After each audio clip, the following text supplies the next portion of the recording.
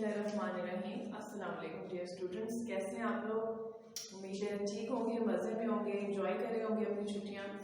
आज हम आपके साथ अपने लेक्चर नंबर 3 में शामिल हैं और आज हम अपना जो है वो स्टोरी करेंगे और हम इसके साथ अपने वर्ड्स एंटोनिम करेंगे। और मैं ये 5th क्लास से बात कर रही हूँ। होपफुली आप लोगों को आपके लेक्चर्स जो है वो अच्छे से समझ आ रहे होंगे।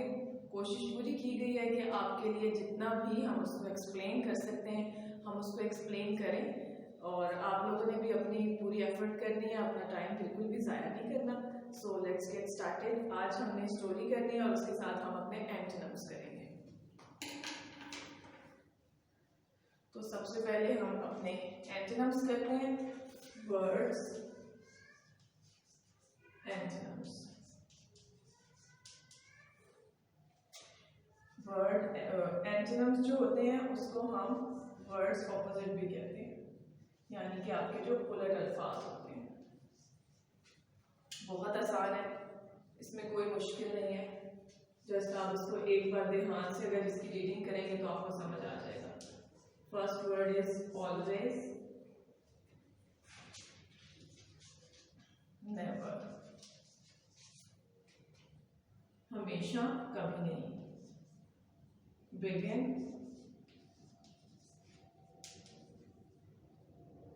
finish, शुरू, इख्तिताम। थर्ड वर्ड इज फुल, भरा हुआ, एंड इट्स ऑपोजिट इज या एंटोनिम इज एम्प्टी, खाली। फोर्थ है आपका ह्यूज, बहुत बड़ा, और ऑपोजिट है टाइनी, छोटा। उसके बाद आपका फिफ्थ है ओल्ड, पुराना,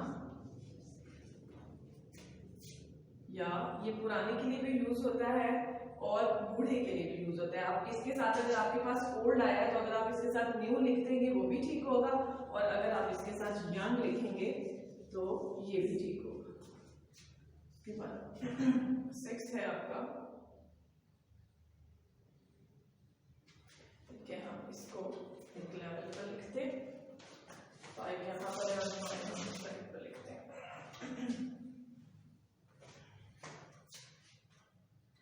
नंबर 6 है हमारे पास सक्सेस, कामयाबी, और इसका होगा फेलियर।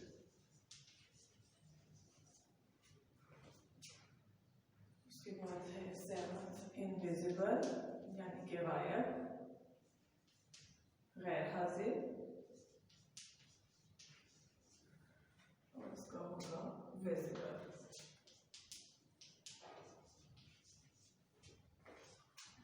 उसके बाद 8th है आपका कोल्ड, ठंडा, और वार्म भी हो सकता है, और इसका आप लोग हॉट भी लिख सकते हैं। 9th one is black, white, और लास्ट वन इज रिच, अमीर, और इसका चाहिए हमारे पास पुअर। चलिए अब हम इसकी रीडिंग कर लेते हैं। Always, never, begin, finish, full, empty, huge, tiny, old और यंग। उसके बाद है success, failure, invisible, visible, cold, warm, black, white, rich and poor. अच्छा, अब ये जो नेक्स्ट हमारे पास आपको लिखा हुआ नजर आ रहा है, ये आपका होमवर्क है।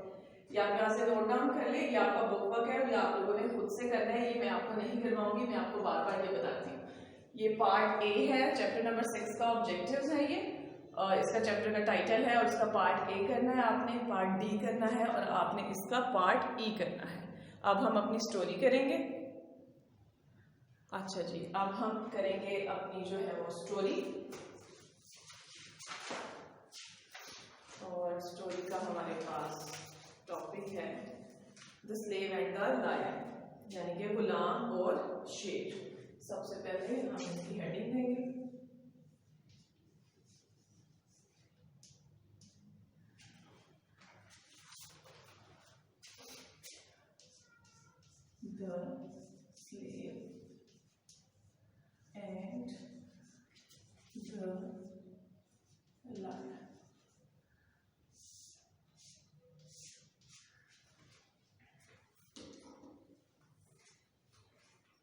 चलिए हम अपनी स्टोरी स्टार्ट करते हैं।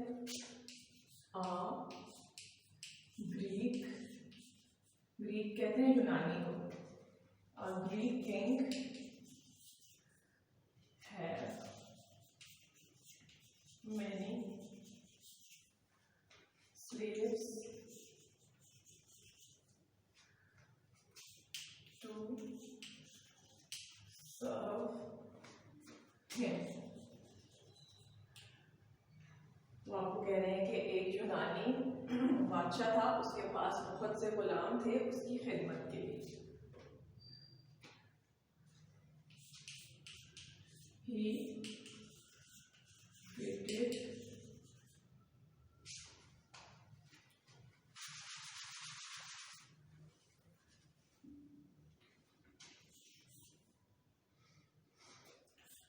them harshly कहते हैं सख्ती से, वो उनके साथ बहुत सख्ती से पेश आता था।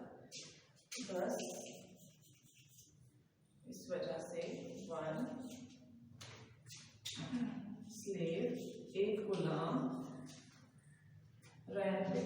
भाग गया, उसके जुल्मों से तब से तंग आ गए, एक जो उसका गुलाम है वो भाग गया। He took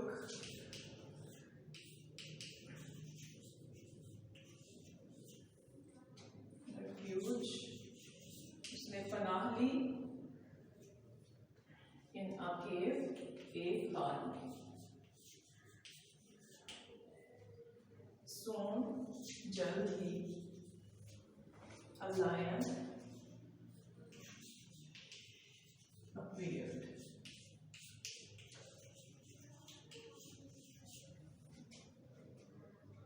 जल्द ही एक जो शेर है वो वहां जाहिर हुआ।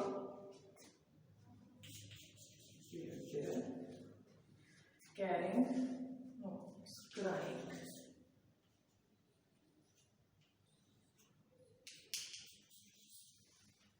with pain, वो दर्द से चिल्ला रहा था या रो रहा था।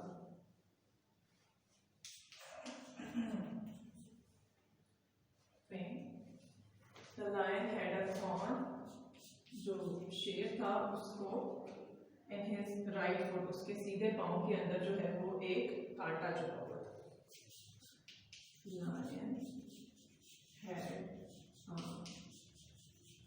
thorn in his right foot।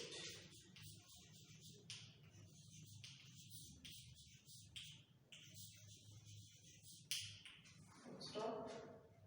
The slave, जो गुलाम था,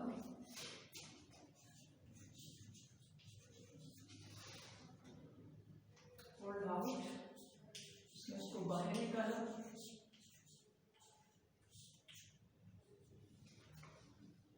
The thorn, कांटे को, very boldly, एकदम से, and the lion, या बहुत जुर्रत से,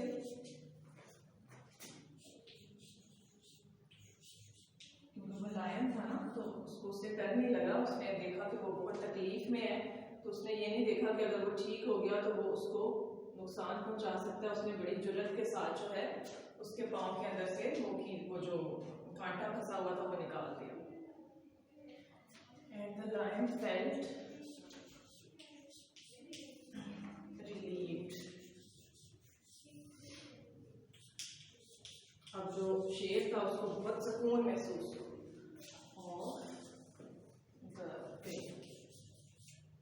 दर्द से उसको जो है वो सुकून महसूस हुआ, उसकी दर्द खत्म हो गई। The lion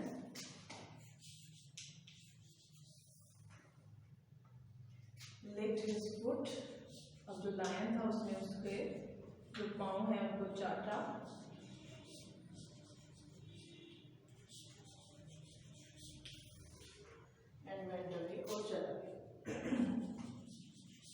यानी कि ये उसका जेस्चर था थैंक्स करने का लायन का। And went away. अब यहाँ पर आपका जो है वो पैराग्राफ खत्म हो जाता है, इसके आगे से आपने नहीं लिखना है। नेक्स्ट पैराग्राफ हम स्टार्ट करते हैं। द स्लेव जो गुलाम था was captured, पकड़ा गया.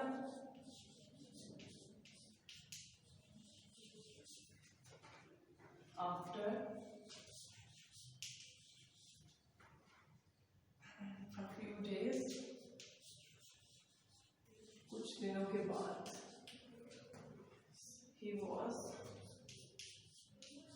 sentenced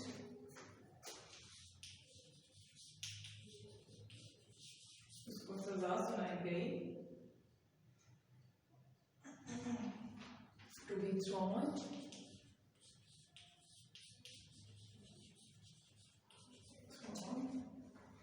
into the cage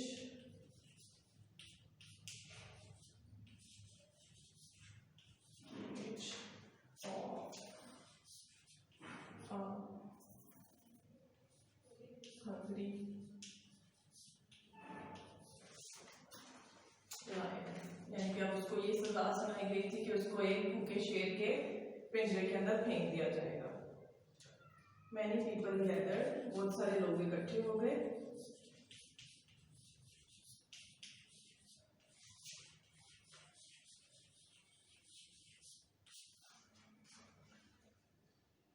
To witness the scene, उस मंजर को देखने के लिए.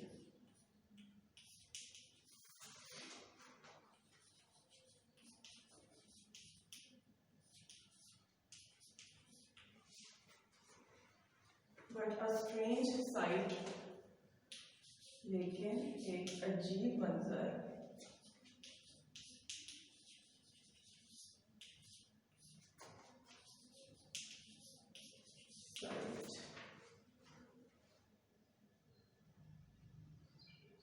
met their eyes, उनकी आंखों को एक अजीब मंजर देखने को मिला.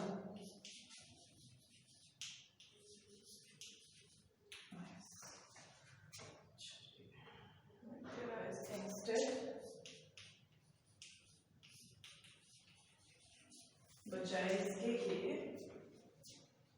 of tearing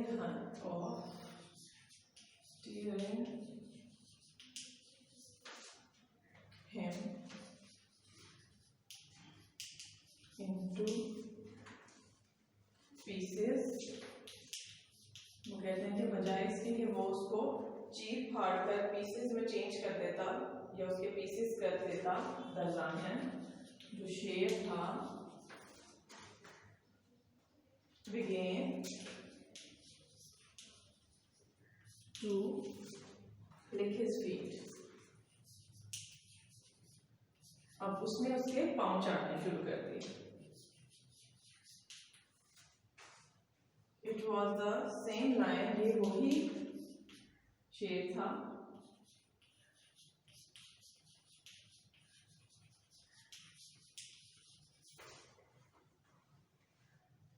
which had been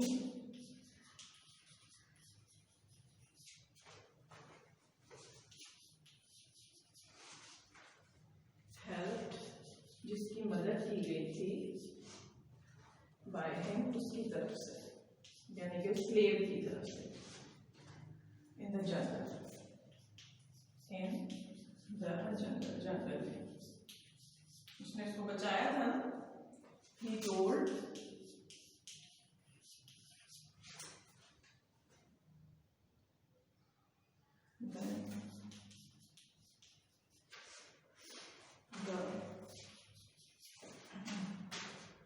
whole story. अब उसने जो है वो सारी की सारी कहानी बताई कि कैसे वो गाल में छुप गया था तो वहां पर एक लायन आया था और उसने उसकी हेल्प की थी. उसके पांव पर कांटा छुपा हुआ था, उसने वो निकाल दिया था. एंड द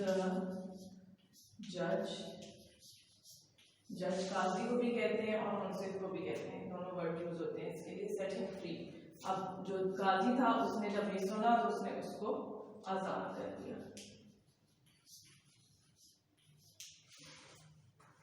अब इससे हमें क्या मॉरल मिलता है या हमें क्या जो है वो इखलाकी सबक मिलता है?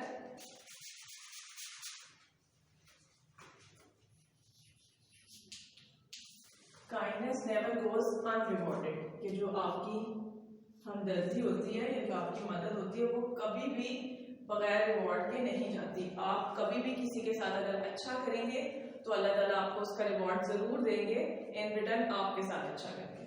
तो ये आपके लिए एक लेसन है कि जैसे उसने शेर था, वो अगर वो डर जाता उससे या वो उसकी मदद ना करता डर के कि अगर ये इसकी मैं पाँव सही कर दूंगा तो ये कहीं मेरे पे अटैक ना करते, लेकिन उसको उस पर तरस आ गया और उसने उसकी हेल्प की, तो अल्लाह ताला ने फिर उसी शेर को वहां पर भेजा।